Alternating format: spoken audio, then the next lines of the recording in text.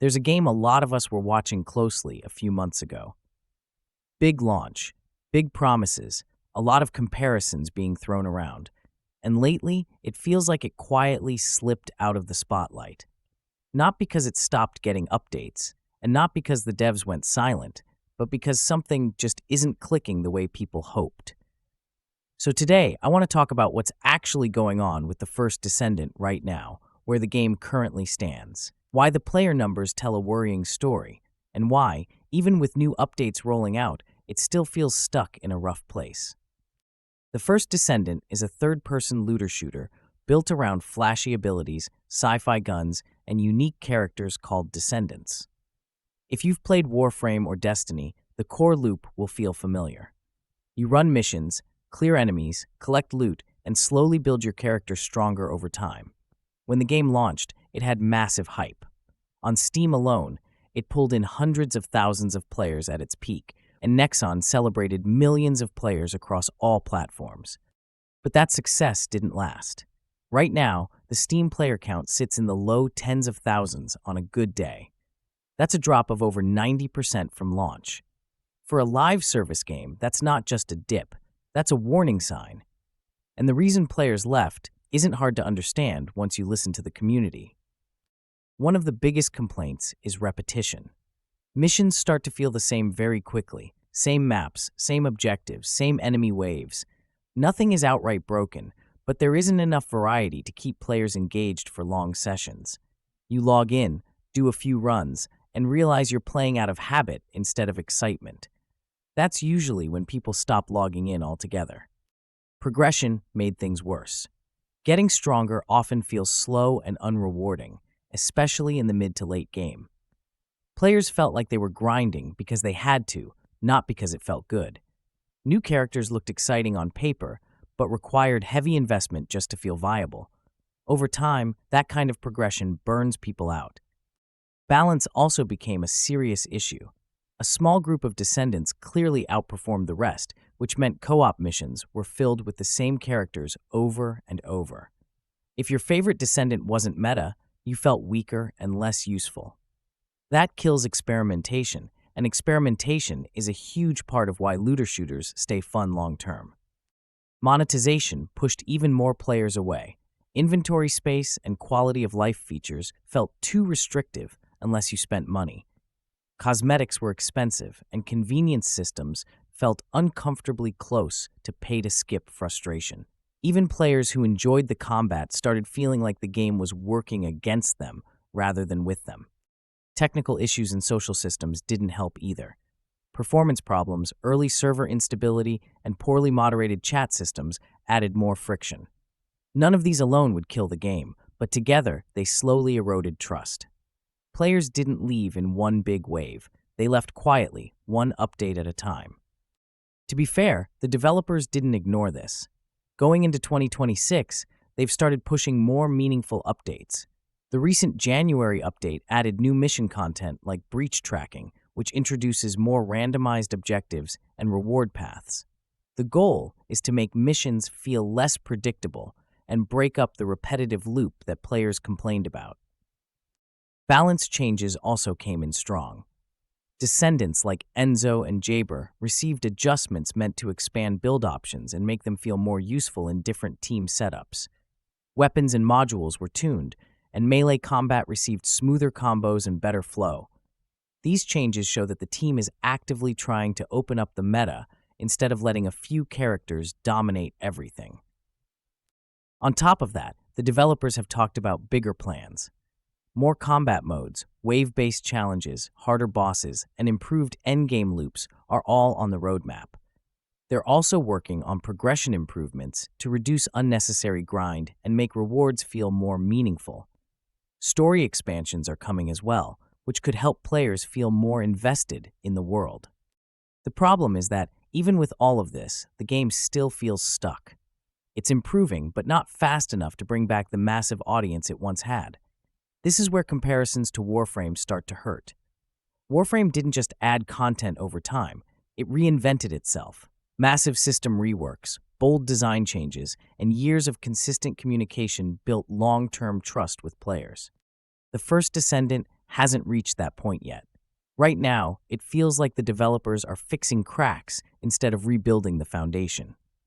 Players can feel that difference, and once momentum is lost in a live service game, getting it back is incredibly hard. That doesn't mean the game is doomed. The combat is solid. Some Descendants are genuinely fun. There is real potential here. But potential alone doesn't keep players logging in every day. Momentum does, and that's what the game needs most right now. So the big question is whether the first Descendant can turn these updates into something bigger, something that truly reshapes the game, or if it will slowly fade into the background as another live service title that couldn't quite find its footing. If you're still playing, I'd love to know what's keeping you around. And if you quit, what finally made you walk away? If this breakdown helped, drop a like, share your thoughts in the comments, and subscribe for more honest gaming news and discussions. Thanks for watching, and I'll see you in the next one. All right, let's wrap up our January Dev Live. Here's a quick recap of today's highlights. First, we talked about breach tracking. So breach tracking utilizes fields from story quests such as the White Knight Gulch, Vespers, and the Fortress. It'll be randomly selected when starting the mission, and it focuses on gold farming, with the rewards being amorphous dimensional stones that can be opened with dimensional stabilization keys. Next, the main character for January's monthly balance, Enzo, has received many changes. A lot to cover at this recap video here, so please do rewatch our Dev Live if you haven't. Oh, but it's not just Enzo, but Jaber will be receiving balance adjustments as well. Yeah, turret engineering now allows for one additional turret to be installed.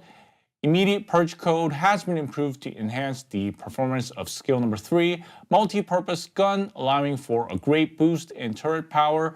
More information can be seen from our patch notes, which will be coming soon. And moving on, 3 new trigger modules will be added to the game. First up is Tactical Strike, a trigger module for Enzo. When Enzo hits an enemy with skill number 2 or skill number 4, a tactical target effect is applied. If skill number 1 is used in this state, the enemy with the tactical target explodes, dealing damage to the surrounding enemies. Next, we have Kill Chain, a trigger module for Jaber. When Jaber's turret hits an enemy, it applies strike target to the enemy. It's a skill that deals additional damage proportional to skill power when attacking the strike target with a gun or melee weapon. And finally, Two-Face. Like its name, the Two-Face trigger module is a module that helps build up by flipping a coin when a chain type skill is used. If it's heads, skill power increases. If it's tails, skill range increases. And also 2 new modules, Infection Amplifier and Aftershock Catalyst, and balance updates on existing ultimate modules are also coming.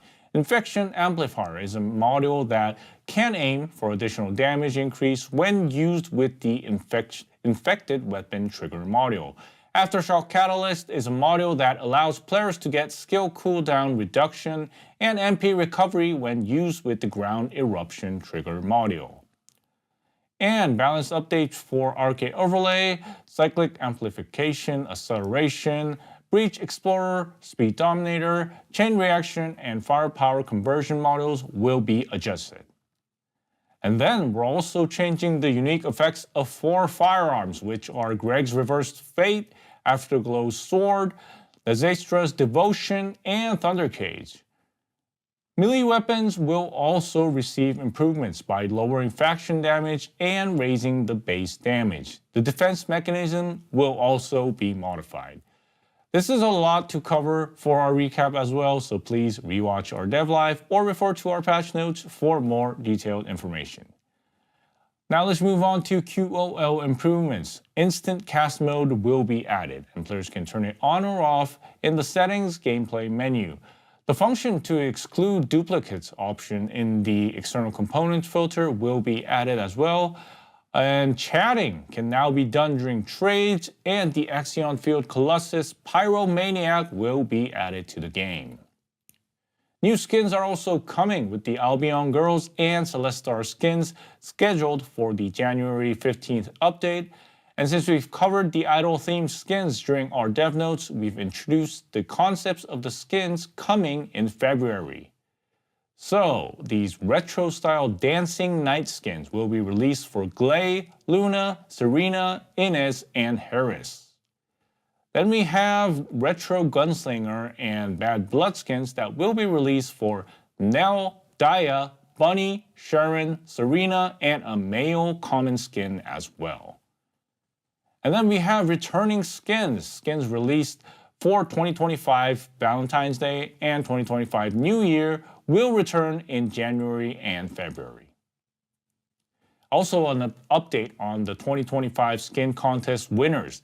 The skin contest winning skins are scheduled for release in March, and here's a concept of the skins at work, starting with the work of Ali7714. Yeah, and then Junk Puyo 3047, and finally Buta 9964. Then we also have a fellow skin from Herasmo 200107, looks quite adorable.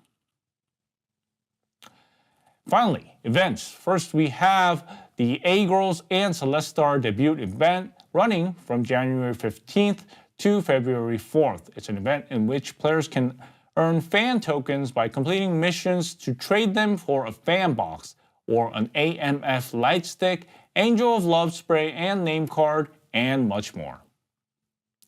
And second, Mining Day. This runs from January 17th to February 1st. And during this period, players can earn 20% gold and Kuiper shard boost during the weekends from the Axion Plains and breach tracking content.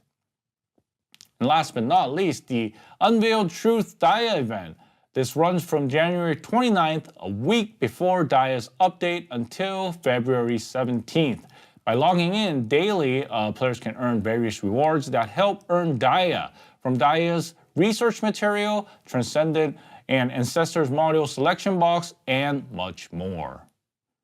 Oh, and about that coupon we discussed during the breach tracking gameplay of our director, we've actually decided to give all the rewards to our players. And the coupon code is TFD0113DevLive. So TFD0113DevLive. The rewards are 200 superconductive cooling units, 1 crystallization catalyst, and 5 million gold. We'll have an official Dev Series post once the recap goes live, so please check that out for more information. Yeah, so thank you for listening to our January Dev Live. We will return with our next Dev Live on February 3rd. I'll see everyone then. Thank you for listening. Thank you.